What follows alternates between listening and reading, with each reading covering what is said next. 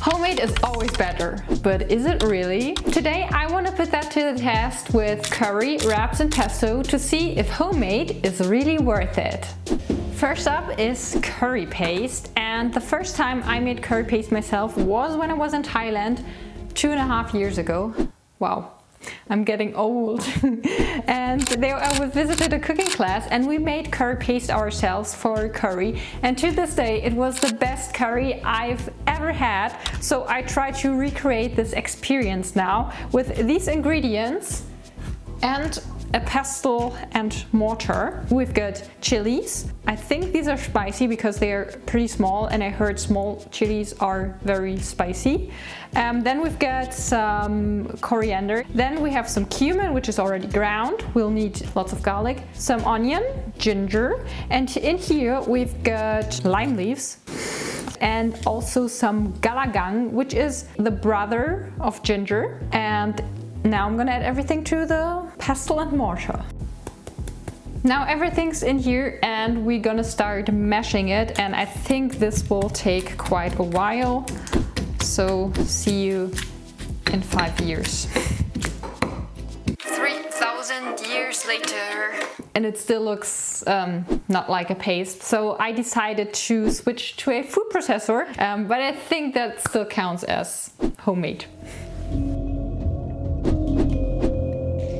Because I've been mashing for quite some time and this is not a paste. Not yet. I will also add a splash of water because I think that will be needed.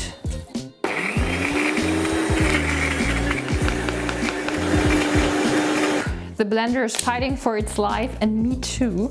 But I think we've got a paste. Kind of. Look-wise, I cannot keep up with the store-bought curry paste. It looks better. But let's see, maybe the taste of mine is better. Nah, I'm not eating it like this. I'm gonna make a quick curry just like the one I made in Thailand. So you heat up some coconut milk, add a lot of that curry paste, add some veggies or tofu or anything you like, some more coconut milk. It smells very good, but I don't know if that's my curry or the store-bought curry paste. And at the end you give that the final touch with salt, a little bit of sugar and soy sauce, and then you can serve it. Taste test, but because a normal taste test would be way too boring, I decided to do a blind taste test. Please appreciate my beautiful sleeping mask. And like this, I don't see anything. Quite literally, so I will turn around a few times. First this one. I swear I don't know which one this is right now. I like it. So if I didn't know better, I would say this is store-bought.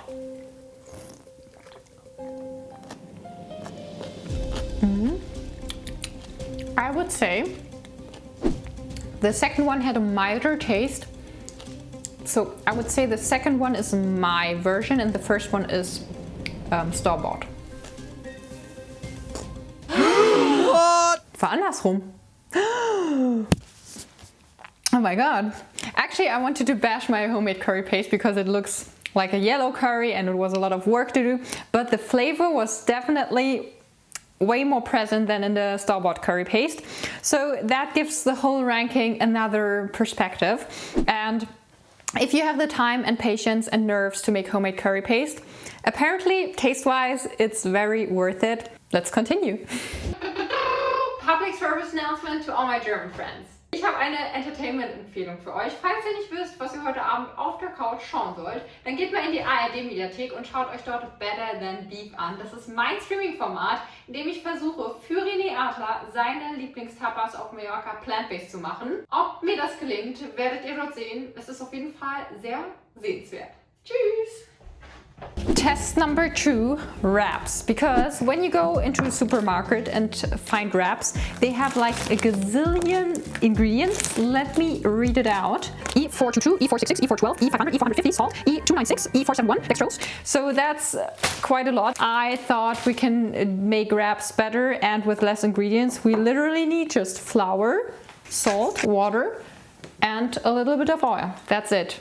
First mix with a fork. And once it starts forming a dough, you can start kneading by hand, or you could use a hand mixer, but somehow I prefer kneading dough by hand. This was about 5 minutes of kneading, and now I will give my little dough baby a blanket and let it sleep for 10 to 20 minutes, because then it's much easier to roll it out very thinly. You haven't subscribed to me yet?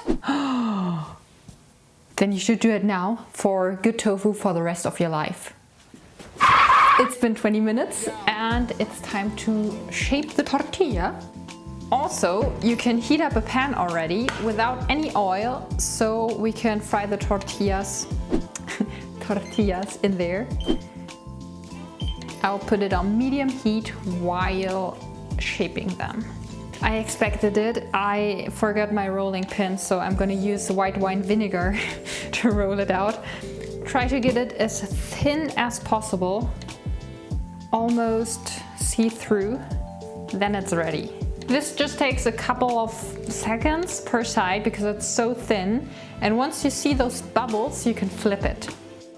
My pro tip to keep them soft and warm is to wrap them in a kitchen towel. And to make this a fair comparison, I'm also heating up my store-bought tortillas, so I can't tell the difference again, and we'll do a blind tasting as we did before. Mask on. Okay, number one. I mean, there's not much to say about plain bread, but I have a tendency. I say the second one is store-bought because it has that sweet aftertaste, and the first version just tastes raw and honest, just like my homemade version. Yes, I was right. So what's my verdict? Making tortillas at home doesn't take a lot of time. You can also prep them in advance, and if you have the time to prep them ahead or to make them from scratch, do it. It tastes good. So let's continue with the last one. The final one, everyone's darling, pesto. This recipe is so quick and easy, it can be made while you boil your pasta. Pasta's in the water, so we need a bunch of basil, but actually I was just talking with my cameraman, you can use any kind of greens you have. He likes to use arugula, I like to use spinach, sometimes I use cilantro as well. So whatever greens are slowly dying in your fridge, you can throw them in a blender and use for this recipe. Apart from basil, you need nuts. Ideal would be pine nuts. I'm using pecans today because I recently found a new love for pecans, but cashew is also great if you don't want to spend a fortune on pine nuts. A little bit of lemon juice, of course some salt, and extra virgin olive oil. This is the very base of this recipe, and you can adjust it however you like.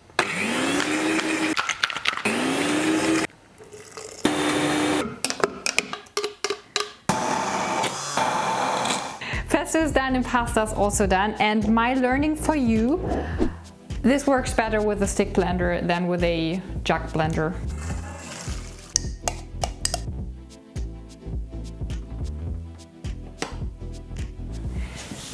I don't know what you think, but I think my homemade version looks better, so let's try it with some pasta. Store-bought pesto.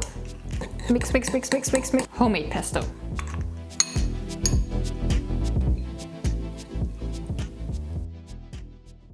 The final taste test, and it smells pesto-licious in here, so I'm looking forward to try. Turn around, turn around. Okay, first pasta piece. I think I know which one this is. This is an easy win. First one was my homemade one. The second one is the store-bought one because it tastes like an average pesto, and mine has personality. I knew it. It does not only look much better, it also tastes better, and the great thing is it's great to use up any kind of green leftovers you have in the fridge. You can adjust it to your taste, and the store-bought one is also nice. I mean, it's pesto, it always tastes good, but I think the clear winner here is making it yourself. So if you have a good stick blender, this is your way to go. And I'm really happy with the result. And these are mine. That was the video. I hope you enjoyed it. If so, hit that like button, subscribe for more, and see you in the next video. Bye!